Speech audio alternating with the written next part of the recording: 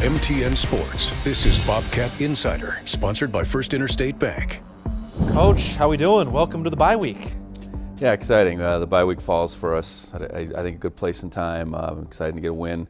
Excited to win that homecoming game against Portland State. Time to heal up, time to recruit a little bit, and look forward to that second half of the season. Yeah, how do you like to use the bye week? What kind of schedule do you like to put together for the guys? Well, a couple off days from practice, Monday and Friday, and then practice in between.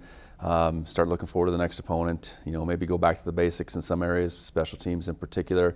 Bring the guys back on Saturday to practice, and then we're a step ahead as far as that next opponent. And then in between, be able to get some recruiting done. Send our staff across the country, get a chance to get in the schools, watch games, those type of things, and you never want to take your foot off the gas as far as recruiting goes. Right. So you're gonna end up spending one of these Sundays just kicking back, watching a bunch of NFL football with a bunch of hot wings or anything? Well, I don't know what hot wings, but I was able to watch some NFL this past Sunday. That's really the one that comes up in the course of the year, and enjoyed it. And now it's time to look forward. Yeah. Let's look still a little bit at this last week against Portland State. It was homecoming week, which is always fun. So many players are around. Did you have any former players coming in talking to the guys this week?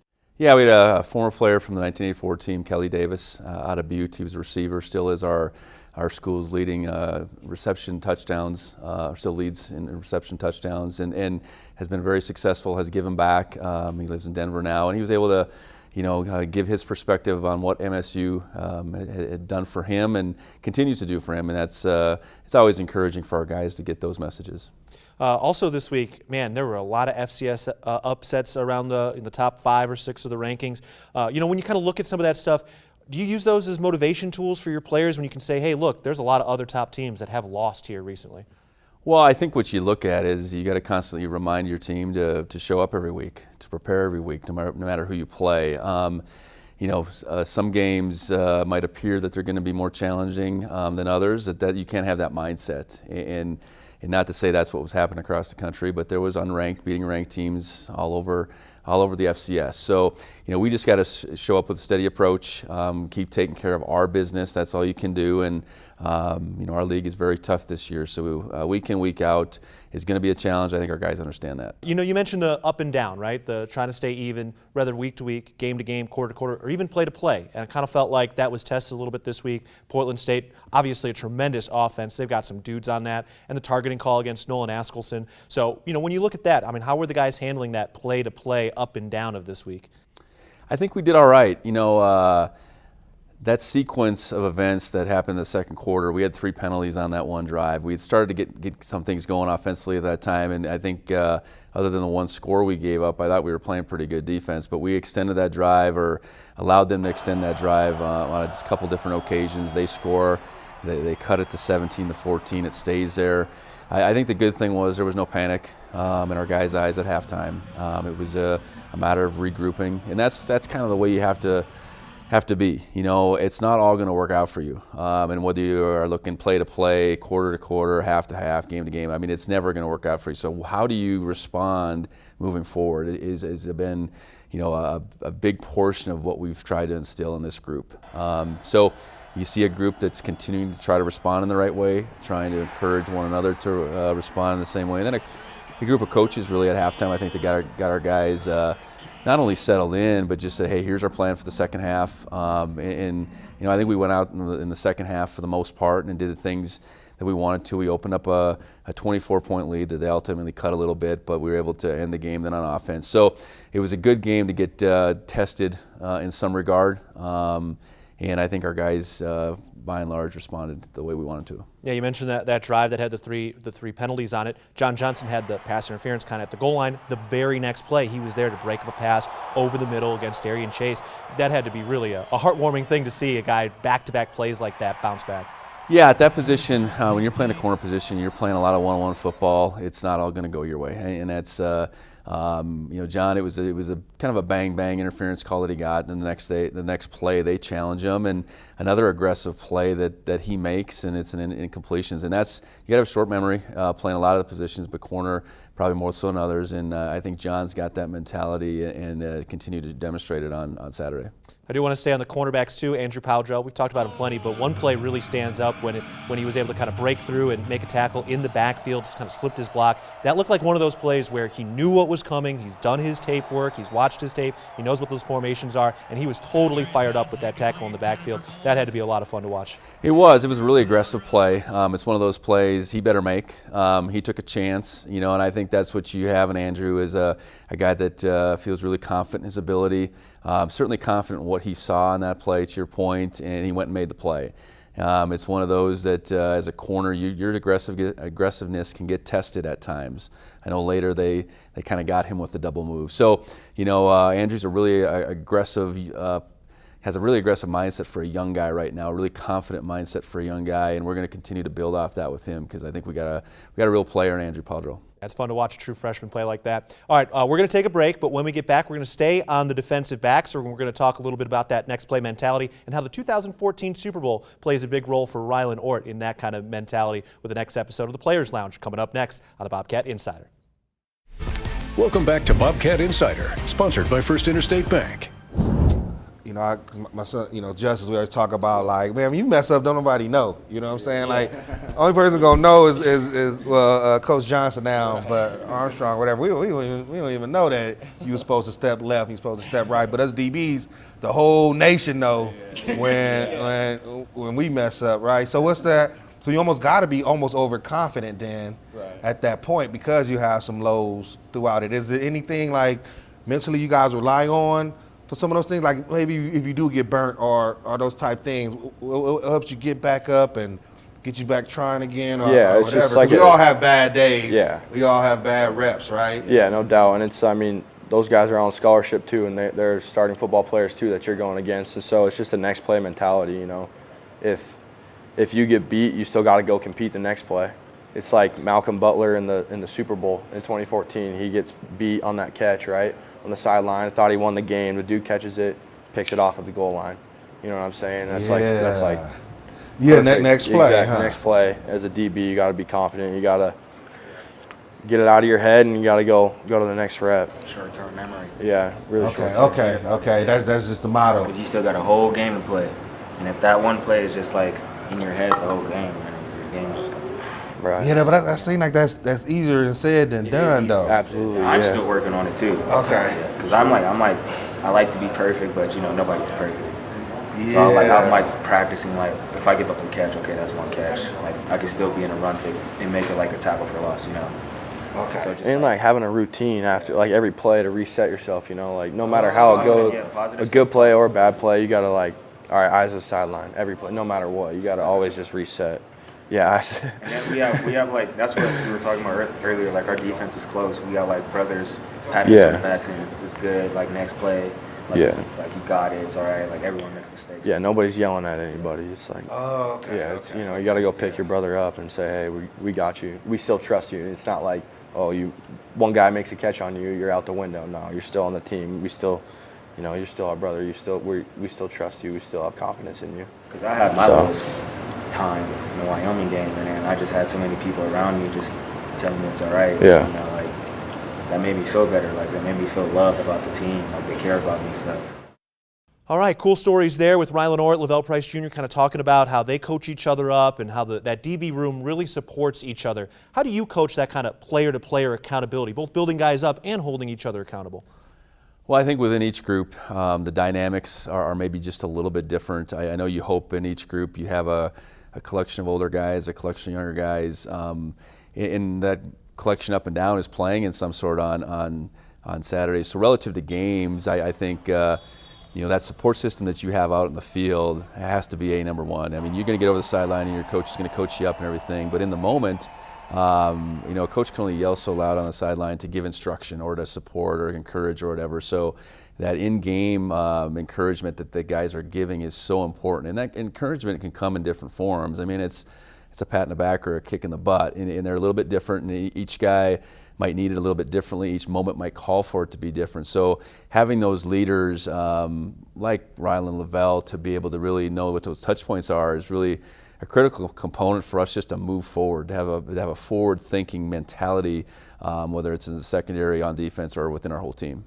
All right, we're going to take a break. I do want to talk a little about Cleveland Thomas Jr. Got the first catch, a touchdown catch for a wide receiver this year, and Ty McCullough making his debut. So we're talking about that next on the Bobcat Insider. Welcome back to Bobcat Insider, sponsored by First Interstate Bank. Back on the Bobcat Insider, I'm Keaton Galogly with head coach Brent Vigen. Coach, let's talk about Cleveland Thomas Jr. Got the first touchdown reception for a wide receiver this year. That was a beautiful, beautiful catch. That had to be a nice relief for him to kind of get that first touchdown out of the way. Yeah, I think so, and it came at a time when we really needed it. We were in a third and long situation. They chose to match him up one-on-one. It was the right place to go for Sean. A really good ball, but a really good adjustment in flight by CT, and he, you know, he's been a guy that has been steady. I mean, the way he's continued to play consistently, you know, when he's had opportunities to catch the ball, but then, you know, his blocking, I think, is something that really showed up in a lot of our perimeter runs, Sean's long touchdown on Saturday, and that's been the way he's been going about his business all year. So pleased with how he's played, and pleased to get him that opportunity to get a touchdown. How much did he kind of come into the program with that blocking as a priority, and how much did you guys have to kind of coach that into him once he got here? Well, I think it was clear to see when we recruited him that he had been a team player. He'd played on special teams. He was in that mindset of doing whatever. Obviously, he wanted an opportunity to touch the ball more. That prompted, you know, he just wanted more opportunity, I guess, period. That prompted his move from Kentucky. And you know, he's a guy that I think receivers are all that mindset. They want to do whatever they can, and they hope part of that is catching the football. But at the same time, our guys need to know that, you know, our run game sets a lot of those things up, so their contribution as far as that goes needs to be significant, and his certainly has. His play on special teams has been the same. So, you know, I don't think it's been this big thing where we had to convince him. I think we knew kind of what we were getting, but his, you know, just getting integrated into our program has been something to see over the last year and a half. So when you go out and recruit wide receivers, you know, how much are you trying to make sure that they already want to be blocking downfield versus, hey, that's something we can kind of coach into it? Oh, I think you just want to be real with, hey, this is what we're after. We're after winning football games, and how we get to winning football games, you know, might look a little differently than where you're coming from or whatever. But you know, we're gonna run the football. We're gonna have a play action game, but we need receivers that can allow for things to be opened up, and when the ball's in the air, they got to be able to make plays. So I think you explain all that to them, and not expect us to be, you know, passing the ball 65 times a game by any means. As far as the percentage goes, you know what? I think they know what they're getting into, and we hope we have guys that bottom line just want to win football games. And I think we found that in a couple of the transfers we had, and, you know, excited about our future as far as that position goes. One of those transfers was Ty McCullough getting out on the field, making his Bobcat debut, the transfer from Colorado State. How'd he look in his debut under the lights there at Bobcat Stadium? I did some good things. You know, we were kind of in a rep count a little bit with him. He was going to return punts for us. He was going to get you know, some play on offense. I know he got a couple targets. He got a couple receptions the way it played out, punt return wise. You know, he got a return where I think he flashed his speed on that play. So a good step for Ty. You know, I think we get through this bye week and into the next week, he can go as much as we need him to go, and that's ultimately what we need, because he can really stretch the field, and he's a competitor. I think that's clear with Ty, and excited to see what he can do moving forward. Yeah, we definitely saw some juice from Ty in this game. Final thing on the offense here, you know, I want to talk about the offensive line a little bit again. You know, Omar Ibedian getting way pulled out in front of Sean Chambers is fun to watch play, but, you know, we don't really have stats as a casual fan to grade offensive linemen. How do you grade your offensive linemen? Do you keep specific stats? Like, how do you try to enforce in these guys when they are playing well and where they can improve? Well, I think Coach Johnson, you know, does a good job of grading their performances out of the game, you know, and really being detailed about that. Things they did well, things they need to improve upon, things that are individualized within that group, but probably more the communication aspect and how they're working together. I think ultimately, you know, your rushing yards are a stat that I think gets directly tied, you know, to an offensive line, and we're doing pretty well there. And then the sacks against, and just the pure pressure, which I think this year there has been a pretty significant improvement in our pass protection. So, you know, while there's not a lot of flash as far as stats that go to individuals, I think they see it as a collective group, and you really coach those individuals up within that collection. All right, we're going to take another break, and when we get back, we're going to get into this defense. Brody Grebe had a monster game. We're talking about that and more after this on the Bobcat Insider. Welcome back to Bobcat Insider, sponsored by First Interstate Bank. Back one final time on the Bobcat Insider. Keaton Galogly with head coach Brent Vigen talking some defense. Brody Grebe, monster game. 6 tackles, couple of sacks, couple of forced fumbles, couple of quarterback hurries. He was a beast on the line in this game. What'd you see from Brody on Saturday?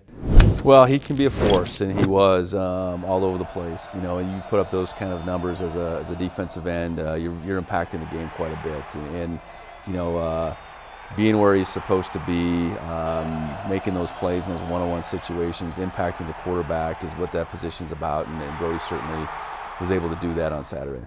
All right, I do want to talk about this targeting call with Nolan Askelson. There have been now 2 targeting calls on your linebackers the last 2 weeks. They're not going to go in and change the rule on what things are or, you know, how it looks or change anything mid-season. But how do you now kind of coach your linebackers, coach your players? Do you want them doing anything different to avoid these targeting calls, or are these kind of calls that you're just going to have to live with as we go forward? Well, 2 different types of plays. I think with Danny the week before, you know, you got to be careful when a guy is down, and whatever your intent is, however the play finishes is how the play finishes. You know, and the one on Saturday with Nolan, you know, I think that was a really hard play. You know, the quarterback, who was a running quarterback, it was a 3rd down. He decides to slide. The plays within the confines of the box, essentially. Nolan was already pretty committed to going in for a tackle. I know I think he sideswiped his head, and you know, it's the result of it. I know when the intent of targeting, I think, has done, the intent of the call, I guess, has done great things for our game as far as the safety goes. And I think the safety is every bit as much on the defensive players as it is on the offensive players. But anything that still arrives at the head and neck area is subject to, you know, that call. And we just try to teach for our guys to play, you know, face up, see what they hit below the neck, all those types of things. And I think it really comes down to, you know, we need to play as fast as we can, and if a few things happen without intent, we got to be able to live with it. You know, I think that's the biggest thing moving forward, and you know, try to be on the right side of any of those plays moving forward, but at the same time know that it is part of our game right now. And, you know, as we move forward, as we look at solutions and how we want things to be, you know, would you ever want to see maybe something where there's a little more nuance, kind of in basketball where you have a flagrant 1 and a flagrant 2? Because it does seem like, look, you know, a penalty is a penalty, but it's the ejection piece where now a kid like a Nolan Askelson, a 6th-year senior, misses out on a half of football, and a kid who's worked hard, who has been hurt, and now is healthy. So would you ever want to see maybe a little more nuance in the way we kind of apply the targeting rule? Well, I think it's an ongoing conversation, you know, between the college football coaches that are part of the rules committee, you know, and being able to separate that, being able to make anything black and white is really, really difficult. And I think that has been the challenge that has left that part out of it. You know, they've all been deemed the same. I know one thing they have changed, they've allowed those players to stay on the sideline. And for us, you know, it might seem like a small thing, but Nolan Askelson being on the sideline for our team and as a captain, as a leader that second half was a big deal. So, you know, that's a little bit of improvement. Whether they can get to the point where they separate them out, I don't know, but I do know there's certainly conversation amongst the college coaches that maybe is part of the future, but we'll wait and see. Final thing for you. No, I know the SID, Bill Lamberty, had kind of mentioned this thing to you where he feels like this is one of the deepest rosters he's seen in like 30 years here. When you look at your roster, I know we've talked about this before, depth was always something that you had prioritized. Where do you feel your depth is right now and how it's been tested this year? Well, I think going into the season, we felt like, you know, at least in these 3 years, this was our deepest team.